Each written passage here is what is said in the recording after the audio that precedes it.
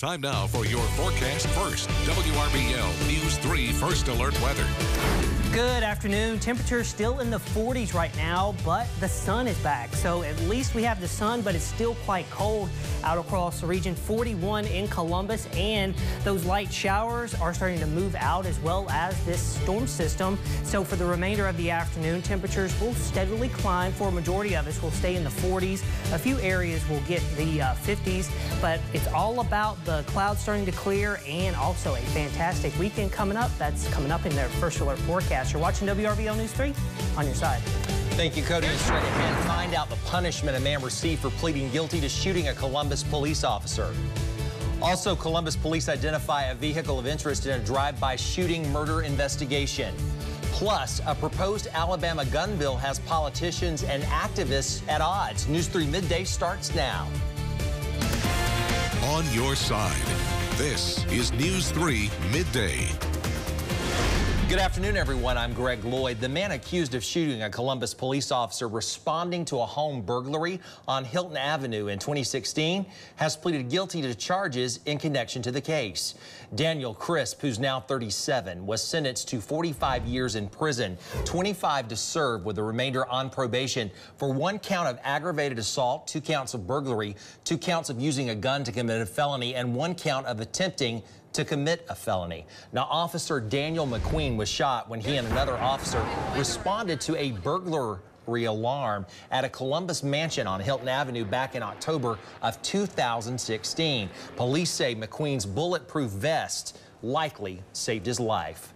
Well, Lee County authorities say it's been a busy week in the war on drugs. This morning, they announced several arrests. 32-year-old Quinard Melton and 27-year-old Tevin Spinks, both from Auburn, face felony drug charges. Auburn and Lee County law enforcement say they found marijuana, methamphetamine pills, and cocaine at the residence where they were arrested on Wednesday. Police say their arrests follow an investigation into suspected drug activity at the home where they were arrested.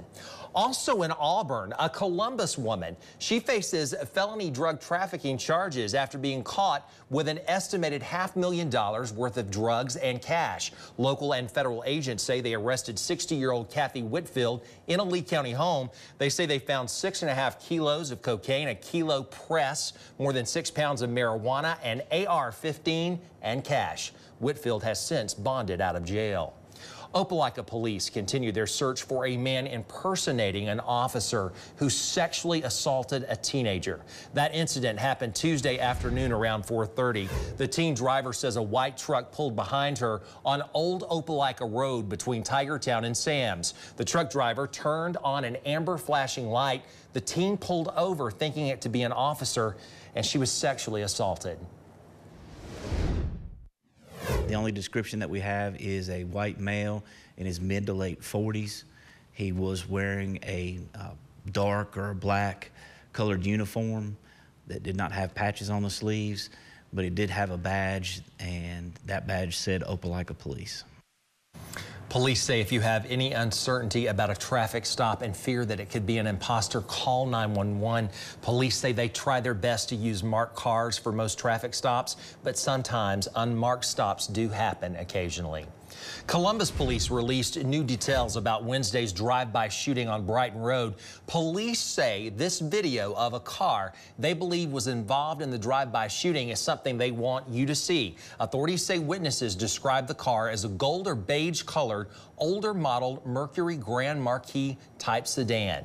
Investigators say 27-year-old Robert Greer was shot while walking down Brighton Road when a car pulled up next to him and someone inside shot him. If you have any information, you're asked to contact Columbus Police. And don't miss out on breaking news or any big stories today or any day. All you have to do is download the News 3 app through Google Play or the Apple App Store. It's absolutely free and keeps you informed. We're keeping our eye on a number of other big stories for you this midday. And an Alabama gun rights group is at odds with the NRA over a new gun bill in the legislature. Under current law, sheriffs are responsible for keeping up with gun permits, but the new bill would create a statewide database and streamline that process. The database would be handled by the Alabama Law Enforcement Agency, but not everyone is on board with this idea. put those on there who are prohibited. A lot less people are prohibited than those who are not. Why are they identifying law-abiding citizens? Because we're the only ones that will comply with the law. Sometimes if a person has a permit and they have committed a crime or they've done something that would violate the requirements of that permit, then there has been no checks and balances. Now, the speaker says with Aaliyah being involved, some of those issues could be fixed, but so far none of these gun bills have made it to committee. The USDA Deputy Undersecretary who oversees the nation's food stamp program says he wants to see controversial new rules finalized soon. Some say new policies will close state loopholes and stop fraud, but others call the changes life-threatening.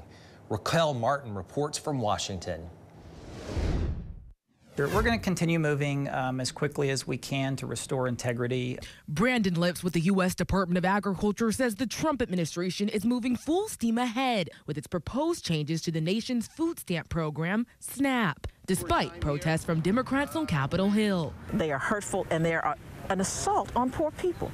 Ohio Congresswoman Marcia Fudge says the policies requiring states to enforce stricter eligibility requirements will eventually throw 4 million Americans off the program, including kids reliant on the free or reduced lunch program. How do you take food from hungry children? Right, so that's a bit of a misconception. None of our rules kick anybody off the program. Lip says in many cases the changes only require a little more paperwork. Most of those children will come back on by simply filling out that one-page application. But the new rule means some will lose their SNAP benefits. USDA says it's closing state loopholes, allowing people who don't need food stamps to get them. There's no asset test, so millionaires can legally come on the program and access those benefits. Any data showing that people are actually using it that don't need it?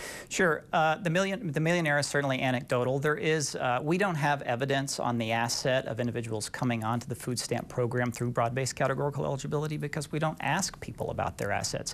Right now, several states are suing the Trump administration to prevent the changes. But the first of 3 changes is already set to take effect in April. In Washington, Raquel Martin.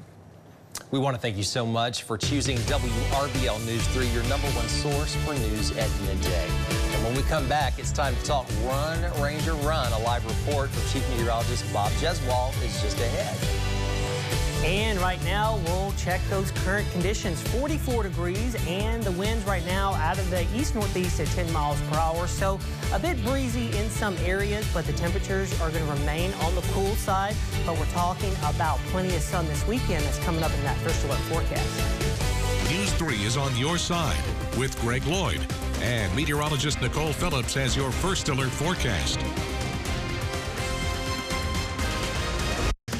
On your side, you're watching WRBL News 3 Midday. Well, teaching kids to stay healthy and give back. It's exactly what's happening today at one school on Post. At Stowers Elementary School on Fort Benning, children are helping support military members while also promoting personal physical fitness through Run, Ranger, Run. And our chief meteorologist, Bob Jeswald, he's in the middle of it all, and he's live right now at Stowers and joins us with more. Good afternoon, Bob. Okay, Greg, here it is. 600 students stay since 8:30 this morning, running every class to help support Gallon Few. It's a nonprofit organization, and our kids at Stowers are learning how to give back through Run, Ranger, Run miles. Run, Ranger, Run started 10 years ago when an Army Ranger came back after losing his men, and his wife and daughter went up to Indiana. He ran 565 miles to let people know, look at the struggles I'm going through. So we take it away from ourselves. He ran, and we're supporting that. His organization and choice was Gallon Few, which helps all military branches transition into civilian life. And we're transitioning today through this gymnasium outside doing 4 laps for their 1 mile. They get a wristband, and we're having so much fun. This morning, we had over 2,000 views on our Facebook Live. Go to our Facebook or go to WRBL.com. Right now, learn more about Run, Ranger, Run. The banner's at the top. I'll walk you through it. There's Joanne. Bob and Joanne show will be coming up, and we're going to do a lot more in just a little bit. We'll have more coming up at 5, 6 Central. Send it back inside of you. Get back up and run it off, son. You're doing great. Greg, It's not that cold when you're running outside. I'm not kidding. That's a good point, Bob. They are adorable, and they're doing a great job. Thank you so much for that. Well, we are glad to have you with us at midday here on WRBL News 3.